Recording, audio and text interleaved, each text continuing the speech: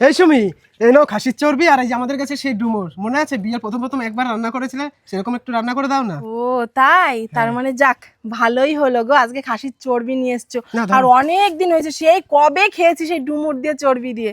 তো চলো, সেই দিনকে থেকেও আজকে ভালো করে রান্না করে চলো দেবো। চলো তাড়াতাড়ি। ঠিক আছে, যাক ভালোই হলো। যাক, বরের তাহলে মনে আছে যে সেই বিয়ের প্রথম একদিন খাসির চর্বি দিয়ে রান্না করে দিয়েছিলাম ডুমুর, সেই স্বাদ এখনো কিন্তু ভোলেনি। তো এইদিকে দেখো জালি জালি ডুমুর নিয়ে এসছে, সেই ডুমুরগুলো সুন্দর করে আমি এখন কেটে নিলাম। কেটে টেটে নিয়ে এখন এই যে কি বলবো, আর সত্যি এই যে এতদিন পরে যে আমি ডুমুর খাবো, বাড়িতে সবাইকে রান্না করে খাওয়াবো, তো যাক ভালোই হবে। বর আজকে কি মনে করে ডুমুর আর খাসির চর্বি নিয়ে আসলো। তো এইদিকে সমস্ত ডুমুরগুলো কেটে ভালো করে কষলে কষলে ধুতে হবে যাতে কষটা চলে যায়। তো এইদিকে আমার ডুমুর কেটে ধুয়ে কমপ্লিট করে নিয়ে এসে এখন কড়াই বসিয়ে দিয়েছি। আর এই কড়াইটাই সিদ্ধ করছি, যেহেতু ডুমুরের একটা কষ আছে ওর জন্য ভালো কড়াইটা বসাইনি। তো এইদিকে আমি ডুমুরটা সিদ্ধ করার সময় একটুখানি লবণ দিয়ে দিলাম, একটুখানি হলুদ গুঁড়ো দিয়ে দিলাম, দিয়ে এখন ডুমুরটা ঢাকা দিয়ে দিয়েছিলাম। কিছুক্ষণ জাল টাল দেওয়ার পরে প্রায় দেখেছি আমার ডুমুর কমপ্লিট সিদ্ধ। তো এইদিকে আমি ডুমুরটা নামিয়ে নিলাম। তো দেখছো কি সুন্দর হয়েছে, কি বলবো আর, মানে এত সুন্দর ডুমুরগুলো কেটে ভালো করে সিদ্ধ করে নিলে একটা সেন্ট বেরায়, কিন্তু দারুণ লাগে। তো এইদিকে ডুমুর রান্না করতে যে সমস্ত কিছু গুছিয়ে রেখে দিয়েছি, আলু, পেঁয়াজ, রসুন, আদা, শুকনো লঙ্কা, টমেটো, আর খাসির চর্বিটা ধুয়ে রেখে দিয়েছি। তারপরে সমস্ত কিছু এক এক করে বেটে নেবো। ফার্স্টে বেটে নিলাম হচ্ছে রসুন। আর এইদিকে আমি শিলে কেন বাটি জানো? কারণ শিলে বাটার মশলার একটা দারুণ স্বাদ লাগে, ওই মিক্সারে বাটলে কিন্তু অতটাও স্বাদ লাগে না যতটা এই যে শিলে বেটে মশলা কমপ্লিট করতে হয়।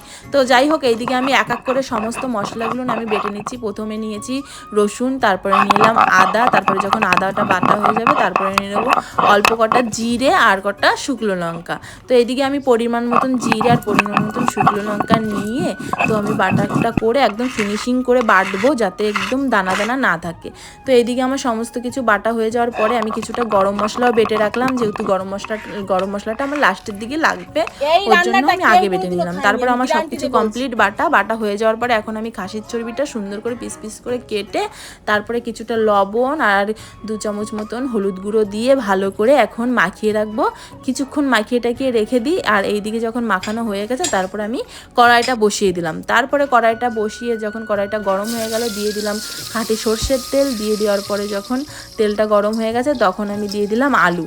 এবার আলুগুলো সুন্দর করে নেড়ে চেড়ে ভেজে উঠাতে হবে, তার জন্য একটুখানি দিয়ে দিলাম লবণ আর একটুখানি দিয়ে দিলাম হলুদ গুঁড়ো। তারপরে দিয়ে যখন দেখলাম আলুগুলো প্রায় হয়ে গেছে, আলুগুলো তুলে নিয়ে তারপরে এখন ডুমুরগুলো সুন্দর করে ভেজে নিলাম। তার মধ্যে দিয়ে দিলাম একটু লবণ আর একটু হলুদ গুঁড়ো। এদিকে হলুদ গুঁড়ো আর লবণ দিয়ে ভালো সুন্দর করে ডুমুরটা ভেজে নিয়ে তুলে নিলাম। আর সত্যি কি জানো, এই যে এতদিন পরে ডুমুর রান্না হচ্ছে, বাড়ির সবাই কিন্তু পেট ভরে খাবে। তো এইদিকে ডুমুর ভাজার কমপ্লিট হয়ে যাওয়ার পরে একটুখানি তেল দিয়ে তার মধ্যে ফোড়নে দিয়ে দিলাম শুকনো লঙ্কা, তেজপাতা, জিরে। দিয়ে দেওয়ার পরে এখন দিয়ে দিয়েছি পেঁয়াজ কুচিগুলো দিয়ে ভালো করে নাড়াচাড়া করে নেওয়ার পরে দিয়ে দিলাম আদা রসুন বাটা। এই আদা রসুন বাটাটা সুন্দর করে ভেজে টেজে নেওয়ার পরে এখন দিয়ে দেবো শুকনো লঙ্কা। তো শুকনো লঙ্কা দেওয়ার পরে এখন ভালো করে নেড়ে চেড়ে কষিয়ে নিতে ভেজে নিতে হবে। যখন দেখবো প্রায় তেল ছেড়ে দিয়েছে ভাজাটা আমার, তখন মনে করব কমপ্লিট হয়ে গেছে। তো এইদিকে আমার পুরোপুরিভাবে ভাজাটা হয়ে গেছে। তারপরে আমি কষানোর জন্য জল দিয়ে দিলাম। তো জল দিয়ে এখন ভালো সুন্দর করে এখন মশলাটা কষাতে হবে, যেহেতু ভাজার পরে একটু জল দিয়ে কষিয়ে নিতে হয়। তো এইদিকে একটুখানি কষানোর জন্য পরিমাণ মতন লবণ, পরিমাণ মতন হলুদ আমি দিয়ে দিলাম, পরবর্তীতে লাগতেও পারে নাও লাগতে পারে।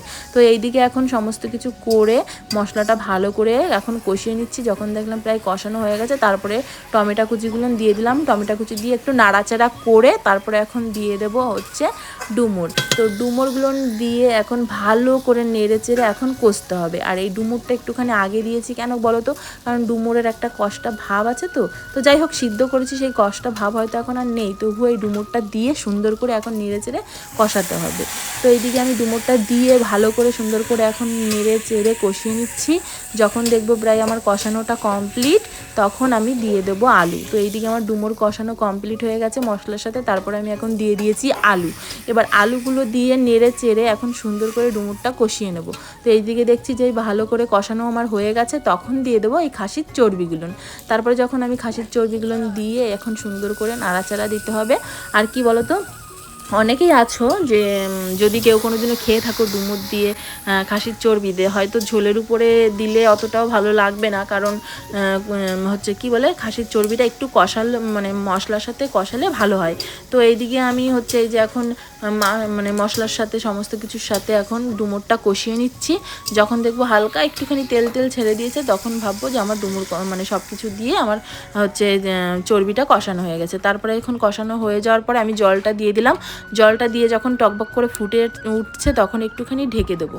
তো আমি এইদিকে ঢেকে দিলাম। তারপরে দেখো আর এই যে কিছুক্ষণ ঢেকে টেকে দেওয়ার পরে এখন দেখছি প্রায় হয়ে এসছে। হ্যাঁ, তো এত সুন্দর সেন্ট বেরোচ্ছে না বলার মতন না। ডুমুর আর এই খাসির চর্বি যেই রান্না করবে না কেন খেতে কিন্তু দারুণ হবে, আমি একটা কথা বলে দিলাম।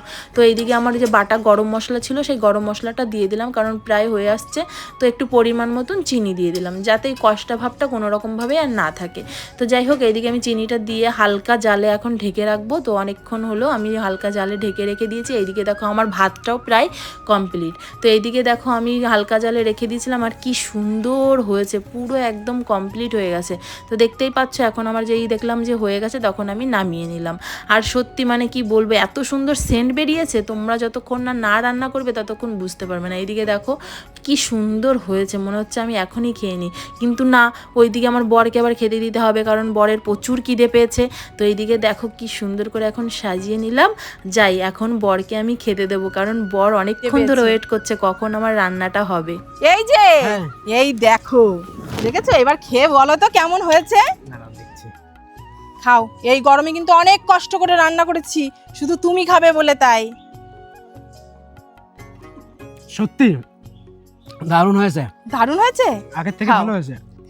আর এইভাবেই কিন্তু তোমরা রান্না করে খাবে। হ্যাঁ, খাসির চর্বি দিয়ে ডুমুর দারুণ লাগে খেতে, মানে বলো। দারুণ লাগছে। আমাকে কটা দাও না গো।